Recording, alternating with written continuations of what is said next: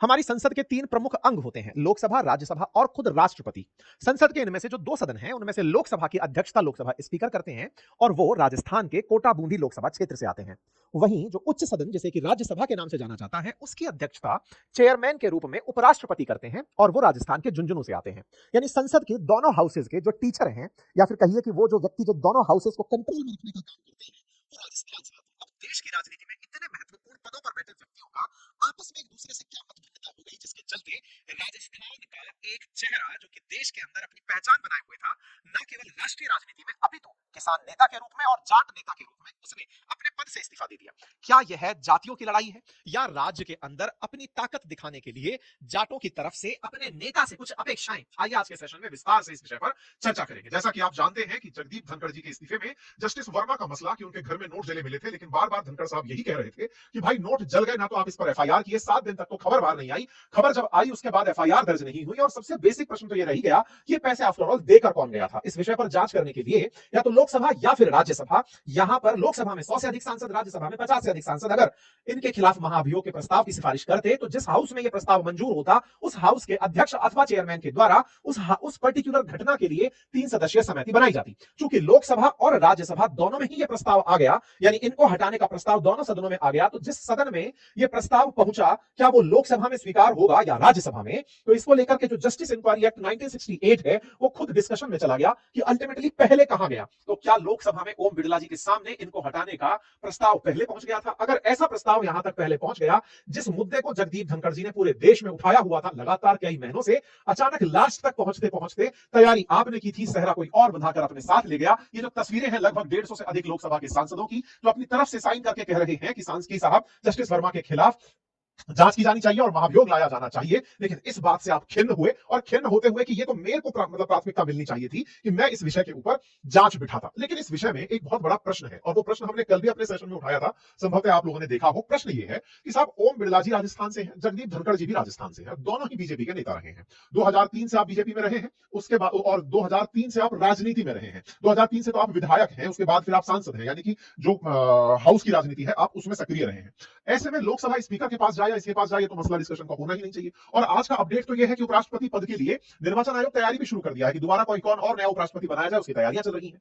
ऐसे में ओम बिड़ला जी क्या इनके पास से क्रेडिट लेकर चले गए? क्या क्रेडिट की लड़ाई थी या कुछ और मसला था? मतलब कहीं ऐसा तो नहीं था कि ओम बिड़ला जी ने जानबूझकर जगदीप धनखड़ जी को यहां पर शह और मात का गेम दे दिया कि आप तैयारी किए, लीजिए लास्ट मोमेंट पर यह सहरा मैं बधाकर ले जा रहा हूं। खेला क्या था? अब इस खेले के पीछे ओम बिड़ला जी का जो कनेक्शन है ना, हम उसके बारे में जिक्र करेंगे।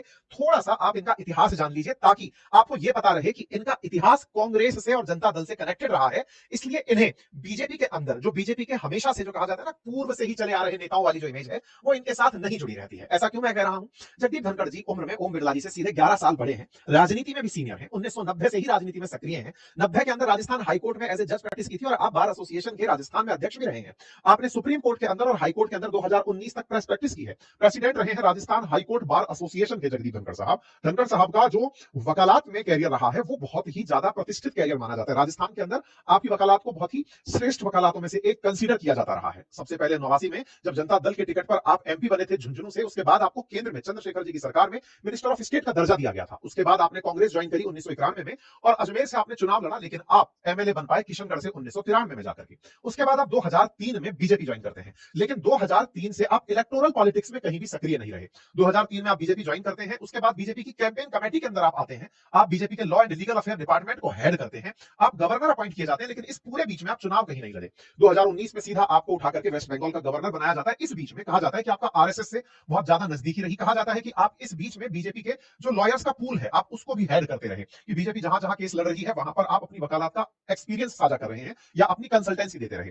उसके बाद में आपको 14वें उपराष्ट्रपति के रूप में शपथ दिलवा दी जाती है। तो उपराष्ट्रपति के रूप में आप शपथ लेते हैं, राजस्थान राज्य का नाम गौरवान्वित करते हैं। राजस्थान के साथ पहले भी जैसे भैरों सिंह शेखावत साहब कहे तो उपराष्ट्रपति के पद पर रहे हैं और उसी तरह से प्रतिभा देवी पाटिल जो है वो राजस्थान से मुख्यमंत्री के पद, राष्ट्रपति के पद तक रही है। तो ऐसे में राजस्थान से जिन भी लोगों का वास्ता रहा उन रास्तों में से आपका नाम भी राजस्थान में काफी ज्यादा चर्चित रहे हैं। तो राजस्थान से आपका जो कनेक्शन है वो कनेक्शन भी देखा जाता रहा। जैसे राजस्थान में आपका जिस गांव से विकास हुआ आप उस गांव में आते रहे, जिस स्कूल से चित्तौड़ सैनिक स्कूल से आपकी पढ़ाई हुई आप उस स्कूल आते रहे। ऐसे में ही आप राजस्थान के विभिन्न कार्यक्रमों में, चाहे वो फ्रीडम फाइटर्स के कार्यक्रम हो, आप वहां पर आते रहे। इवन बार काउंसिल के भी जब कोई मीटिंग्स हुई आप वहां पर भी आए। ऐसी ही एक मीटिंग में आप इसी महीने पहुंचे थे, जहां से ओम बिड़ला जी के साथ कहा जा रहा है कि इनकी लड़ाई शुरू हुई। अब ये लड़ाई है कल की है नहीं है, ये मीडिया की केवल अपनी कैलकुलेशन है, इस पर चर्चा होती रहेगी, लेकिन कहा जा रहा है कि 12 जुलाई 2025 को Indian Institute of Information Technology that is triple IT Kota में दीक्षांत समारोह था, और दीक्षांत समारोह के अंदर आपको मुख्य अतिथि के रूप में बुलाया गया था। आप जब मुख्य अतिथि के रूप में पहुंचते हैं, कोटा उतरते हैं, तो कोटा के बारे में टिप्पणी कर देते हैं। ट्रिपल आईटी कोटा में आप दीक्षांत समारोह में हैं, आपने कोटा पर टिप्पणी कर दी। कोटा जो कि ओम बिड़ला जी का चुनाव क्षेत्र है, आप उस पर जो टिप्पणी करते हैं वो टिप्पणी किस तरह से घातक होती है, अब मैं आपको वहां लेकर चल रहा हूं। लेकिन इस बीच में मैं एक और जानकारी आपको ऐड कर देना चाहता हूं। राजस्थान के पूर्व मुख्यमंत्री अशोक गहलोत जी ने कुछ दिन पहले ही एक टिप्पणी करते हुए यह कहा था कि हमारे देश में 2 बड़े पदों पर राजस्थान से गए हुए लोग बैठे हैं, लेकिन वो दबाव में काम कर रहे हैं। अशोक गहलोत जी का यह बयान कुछ समय पूर्व का है, लेकिन इस बयान में जिस तरह से इन्होंने दोनों का नाम लिया, उस पर धनखड़ साहब ने कहा भी था कि मुझे ऐसा कोई दबाव नहीं है, लेकिन अब जिस तरह से इस्तीफा हुआ, उस इस्तीफे में फिर से दबाव की राजनीति की चर्चा होने लगी है। खैर, अब ओम बिड़ला जी की भी कहानी सुन लीजिए। देखिए, ओम बिड़ला जी राजस्थान में जो कोटा है, कोटा जिले में 6 विधानसभा क्षेत्र है, और कोटा के अंदर जो कोटा दक्षिण है, वो कोटा दक्षिण असल में कोचिंग हब वाला जो क्षेत्र है, वहां से विधानसभा सीट है। आप सबसे पहले 2003 से 14 तक वहीं से विधायक रहे। अच्छा, कोटा का जब इतिहास आप चर्चा में लेकर आते हैं, तो कोटा आज तो इंडस्ट्रियल सिटी, कोचिंग सिटी के नाम से जानी जाती है। आप में से बहुत से लोगों ने कोटा को कोटा फैक्ट्री के नाम से भी सुना होगा, जब वेब सीरीज आई थी। कोटा बहुत सी चीजों के लिए जाना जाता रहा है, इसके यहाँ पर बिजली प्रोडक्शन के लिए जाना जाता रहा है, इंडस्ट्रीज के लिए जाना जाता रहा है, लेकिन शैक्षणिक पटल पर कोटा ने राजस्थान के अंदर जो पहचान बनाई और फिर राजस्थान से पूरे देश में जो पहचान बनाई, उसमें कहीं ना कहीं कोचिंग इंडस्ट्री का बड़ा रोल है। कोटा राजस्थान के जिस तरह से दक्षिण क्षेत्र में पड़ता है, यहां पर कोचिंगों की भरमार है। कोचिंगों में एक से बढ़कर एक लगभग 10 बड़ी कोचिंग्स हैं, जहां पर लाखों की संख्या में बच्चे पढ़ने आते हैं। लार्ज नंबर में एनी टाइम यहां पर देश के विभिन्न कोनों से आईआईटी जेईई और नीट की तैयारी करने बच्चे पहुंचते हैं, जिनमें से कहा जाता है कि बिहार, उत्तर प्रदेश, राजस्थान, मध्य प्रदेश, इनसे बहुत सारे बच्चे, यानी कि उत्तर भारत से बड़ी संख्या में बच्चे यहां पर पढ़ने पहुंचते हैं, और जिसकी वजह से जो फीस यहां कलेक्शन होती है, या फिर यहां पर जो हॉस्टल्स में फीस दी जाती है, उसके चलते कोटा राजस्थान में सालाना 12,000 करोड़ का एनुअल, एक तरह से कहिए तो जीडीपी में कंट्रीब्यूट करता है। 12,000 करोड़ एक बड़ा नंबर होता है। अराउंड $1.5 बिलियन का कोटा शहर अकेला कंट्रीब्यूट कर रहा है, और इसके साथ साथ इस कंट्रीब्यूशन से भी बड़ा है टैक्स कलेक्शन, और उससे बड़ा है लोगों को रोजगार। बहुत सारे लोग डायरेक्टली इनडायरेक्टली कोचिंग इंडस्ट्री में कनेक्टेड रहते हैं। ये आप लोगों ने कोटा फैक्ट्री देखकर समझा भी होगा। कोटा में जब कोचिंग इंडस्ट्री की बात की जाती है, तो पायनियर के रूप में बंसल क्लासेस का जिक्र होता आया है। बंसल क्लासेस में मेरा भी एक समय था जब मैंने वहां पर अपनी शैक्षणिक गतिविधियां की थी, शिक्षक के रूप में मैंने काम किया था। उस कोटा क्षेत्र में जिस तरह से कोचिंगों का विकास हुआ, उस विकास क्रम में ओम बिड़ला जी भी साथ साथ उस क्षेत्र के अंदर पहचान प्राप्त करते गए। मतलब एक तरह से कहिए कोटा का कोचिंग क्षेत्र और ओम बिड़ला जी, ये दोनों एक तरह से साथ साथ आगे बढ़े हैं। आप ओम बिड़ला जी को कई कोचिंगों के कई कार्यक्रमों में देख सकते हैं। जैसे आपके सामने ये तस्वीर 2016 की है, जब एलन के किसी कार्यक्रम में ओम बिड़ला जी दिखाई दे रहे हैं, और ओम बिड़ला जी अपने ऑफिशियल हैंडल से इसे साझा करते हुए दिख रहे हैं। ऐसे ही फेसबुक पर एलन वाले 2019 में ओम बिड़ला जी की तस्वीर साझा करते हुए दिख रहे हैं। यानी कोचिंगों में ओम बिड़ला जी का जो स्वीकार्यता है, या कहिए तो कहिए एक तरह से उस इंडस्ट्री को सकारात्मक रूप से चलते रहने में, या फिर वो सही से ग्रो करे, उसमें ओम बिड़ला जी सकारात्मक रूप से भूमिका लंबे समय से निभाते आए हैं। आपकी तस्वीरें जेई टॉपर से मिलते हुए की, उसको बधाई देते हुए की तस्वीरें सुर्खियां बनती रही हैं। अब एक तरफ से अगर आप देखते हैं, तो एक सवाल बहुत अच्छा दिमाग में बनता है, इसमें गलत क्या है? गलत क्या है से मतलब, भाई कोचिंग है, एक इंडस्ट्री है, देश को इतना रोजगार दे रही है, इतना पैसा दे रही है, इतने अच्छे से लोगों को अच्छे रिजल्ट्स दे रही है, उसमें अगर ओम बिड़ला जी अगर खड़े हैं, तो गलत क्या है? बिल्कुल सही। ऐसे में अगर एक पहलू इसका इस तरह निकाला जाए कि ओम बिड़ला जी का कोचिंग वालों के साथ में जिस तरह का आत्मीय भाव है, वो भाव रिजल्ट्स के साथ साथ उनकी तरक्की में भी दिखता है। चलिए एक इसको दूसरे तरीके से लेते हैं। दूसरे तरीके से ये कि कोटा की कोचिंगें इन दिनों बहुत ज्यादा क्रिटिसाइज हुई। किस मामले में क्रिटिसाइज हुई? आत्महत्या के मामले में। कोटा में 2 लाख के आसपास छात्र, 4,000 से अधिक टीचर, लगभग 10 बड़े कोचिंग सेंटर्स हैं, और इनकी वजह से यहां होने वाली जो आत्महत्या के आंकड़े हैं, वो आंकड़े आपके सामने चीख चीख कर ये कह रहे हैं कि उन कोचिंग सेंटर्स में बच्चों को जिस तरह का प्रेशर दिया जा रहा है, उसे हैंडल करने की टेक्निक नहीं सिखाई जा रही है। इसके चलते पूरे देश में कोटा सुर्खियों में रहा। 2023 में लगभग 23 आत्महत्याएं कोटा के अंदर हुई, ये डेटा प्रकाशित हुआ। ऐसे में कोटा के जो आंकड़े हैं, इन्होंने पूरे देश में एक चर्चा छेड़ दी कि क्या कोचिंग आवश्यक है नीट की और जेई की प्रिपरेशन के लिए, और अगर कोचिंग आवश्यक है, तो इसे इस तरह से क्यों किया जा रहा है कि कोचिंग वाले अपने विज्ञापनों में करोड़ों रुपए खर्च कर रहे हैं, कुछ रैंकर्स हैं तो कुछ बैंकर्स हैं, ऐसे बच्चों को क्यों ले रहे हैं? उन्हें पता है कि ये बच्चा रिजल्ट नहीं दे सकता, या फिर उन्हें लगता है कि ये टेस्ट में अच्छा परफॉर्म नहीं कर रहा, तो उसे लास्ट डे तक क्यों लेके जाना, पेरेंट्स की काउंसलिंग पहले क्यों नहीं कर देनी? तमाम प्रकार के प्रश्न उठने शुरू हुए। इन्हीं प्रश्नों के बीच में कोटा में ओम बिड़ला जी की जो इमेज है, वो वैश्विक रूप से या फिर कहिए देश के अंदर चर्चा का विषय बन गई कि साहब, ये जिस तरह की घटनाएं हो रही हैं कोटा में, ओम बिड़ला जी आप क्या कर रहे हो? आप वहां पर हो तो आपने इन चीजों से निजात पाने के लिए क्या किया? अब आप विचार कीजिए कि इन आत्महत्याओं के चलते कोटा के अंदर विद्यार्थियों का आना धीरे धीरे कम होने लगा। तमाम प्रकार के प्रयास कोचिंग वाले करने लगे कि भाई यहां आत्महत्याएं ना हो, लेकिन फिर भी ओम बिड़ला जी का जाना लगातार जारी रहा। ये 2023 की ही तस्वीर है, जिसमें कोटा कोचिंग के अंदर ओम बिड़ला जी दिखाई देते हैं। और ऐसे में ओम बिड़ला जी के साथ साथ ये बहुत बड़ी चीज बनती चली जाती है कि every student suicide pens me, I will try better. तो ओम बिड़ला जी, आपने ऐसा क्या किया ताकि कोटा के अंदर सुसाइड्स को रोका जा सके? आपकी अच्छी कोचिंग वालों से बातचीत है, आपने उनको किस तरह से मोटिवेट किया? अब ये तो हुआ एक प्रश्न, जो कि आप एक विधायक से जो कि 2014 तक रहा, और उसके बाद एक सांसद से जो 2014, 2019, 2024 से है। ऐसे में आप विधायक और सांसद के रूप में उस क्षेत्र से रहे और आप इतने बड़े पद पर हैं, आप कोटा के लिए, विद्यार्थियों के लिए या फिर उन परिवार वालों के लिए क्या किए? ये तो प्रश्न हुआ जो कि इनसे पूछा जाता है एक जननेता के रूप में। लेकिन यही प्रश्न अगर उपराष्ट्रपति पूछ लें, क्योंकि उपराष्ट्रपति ने ट्रिपल आईटी कोटा में खड़े होकर के जो लाइन कह दी, वो असल मायने में इन पर एक कटाक्ष के रूप में साबित हुई। कैसे? इन्होंने अपनी तरफ से कहा कि ये कोचिंग सेंटर नहीं, कोचिंग सेंटर बन गए हैं। यहां पर लोगों के साथ जो हो रहा है, अब ऑब्वियस सी बात है, या पोच किया जा रहा है, शोषण किया जा रहा है, लोगों को एक तरह से मारा जा रहा है। और कोचिंग वाले इतने बड़े बड़े जो होर्डिंग्स लगा रहे हैं, इनकी जरूरत क्या है? कोटा पर टिप्पणी सीधी इन पर टिप्पणी, ओम बिड़ला जी पर टिप्पणी कंसीडर की गई। मतलब ये आप ऐसे समझिए कि आपके संरक्षण में ये चल रहे हैं ऐसी इमेज, क्योंकि कोटा की कोचिंग का लगभग 25-30 साल पुराना ही इतिहास है और इनकी राजनीति का भी। दोनों का साथ साथ बढ़ना, दोनों का साथ साथ संरक्षण मिलना, आप अचानक इनको उपराष्ट्रपति होते हुए इतने बड़े मंच से कुछ ऐसा कह दें जो कि इनके लिए नागवारा गुजरे। अब ये जो तथ्य है, मैंने आपको 10 जुलाई का दिया। इसके बाद में जो घटना आपके सामने हुई, वो मात्र 10 दिन के भीतर घटी घटना थी, मानसून सत्र के प्रथम दिन में, जहां पर 150 से अधिक सांसदों ने लोकसभा स्पीकर को जाकर के महाभियोग के लिए पत्र लिख करके दिया। ओम बिड़ला जी ने उसे एक्सेप्ट कर लिया। वहीं राज्यसभा के जो चेयरमैन धनखड़ साहब हैं, ये इतने दिन से इस महाअभियोग के मामले को पका के लेके आ रहे थे कि मैं इस पर पूरी तरह से डिसीजन लूंगा। आप इंतजार करते रह गए, ओम बिड़ला जी उसको स्वीकार कर ले गए।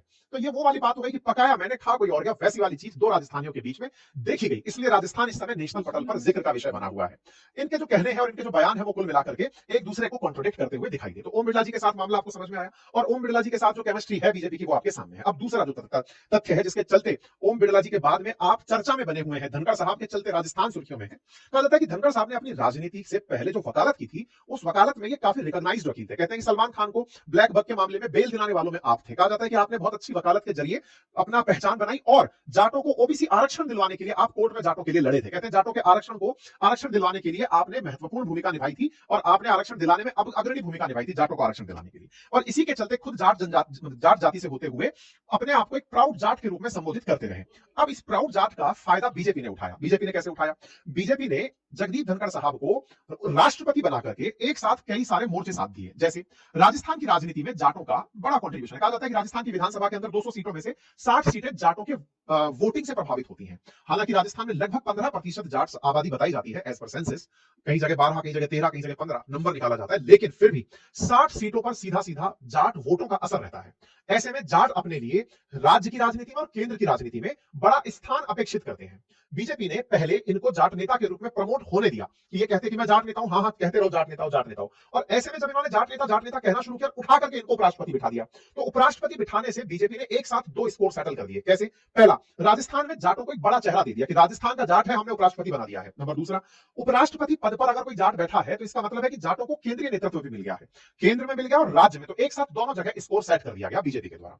लेकिन राज्य की राजनीति में जाटों की हमेशा से मंशा रही कि उन्हें मुख्यमंत्री का पद मिले, लेकिन राज्य की राजनीति जाटों से थोड़ी इतर चलती है। उनका मानना है कि जाट अगर इस राजनीति पर आ गए तो इस राज्य में एससी और एसटी, जिनका भी विधायक संख्या काफी सिग्निफिकेंट है, फिर उनका क्या होगा? और जातियां अगर अपना समूह बनाकर रहने लगेंगी तो उन जातियों का क्या होगा, जैसे सवर्ण वगैरह, इन सब का क्या होगा? ये अपने प्रतिनिधित्व को कहां तलाशेंगे? ये एक अपने आप में राजस्थान की राजनीति में बड़ा विमर्श एनी टाइम बना रहता है। इस चलते इनको मुख्यमंत्री के पद तक पहुंचने का मौका भी नहीं मिलता है। यही कारण है कि जगदीप धनखड़ साहब लगातार अपने जाट होने के नाम पर उपराष्ट्रपति पद को संभालकर चल रहे थे और बीजेपी का बड़ा काम बनाते हुए चल रहे थे। कहा जाता है कि राजस्थान में 15% के आसपास जो बीजेपी मतलब जाटों की आबादी है, उसके चलते यहां पर 60 विधानसभा सीटों पर जाटों का सीधा असर है और 60 पर असर है और 32 जाट इस समय असेंबली के अंदर बैठे हुए हैं, विधानसभा राजस्थान के अंदर बैठे हुए हैं। और उन 32 में से, मतलब ये डेटा जुलाई 2023 का ही बताया जा रहा है, 32 जाट सांसद हैं। उन 32 जाट सांसदों के अंदर ये कांग्रेस के विधायक हैं, सॉरी विधायक बैठे हुए हैं, और ये 10 एमएलए जो हैं ये बीजेपी में बैठे हुए हैं। और बीजेपी ने 4 विधायकों को फिलहाल नेता बनाया हुआ है, मंत्री बनाया हुआ है। मतलब आप इस तरह से समझिएगा,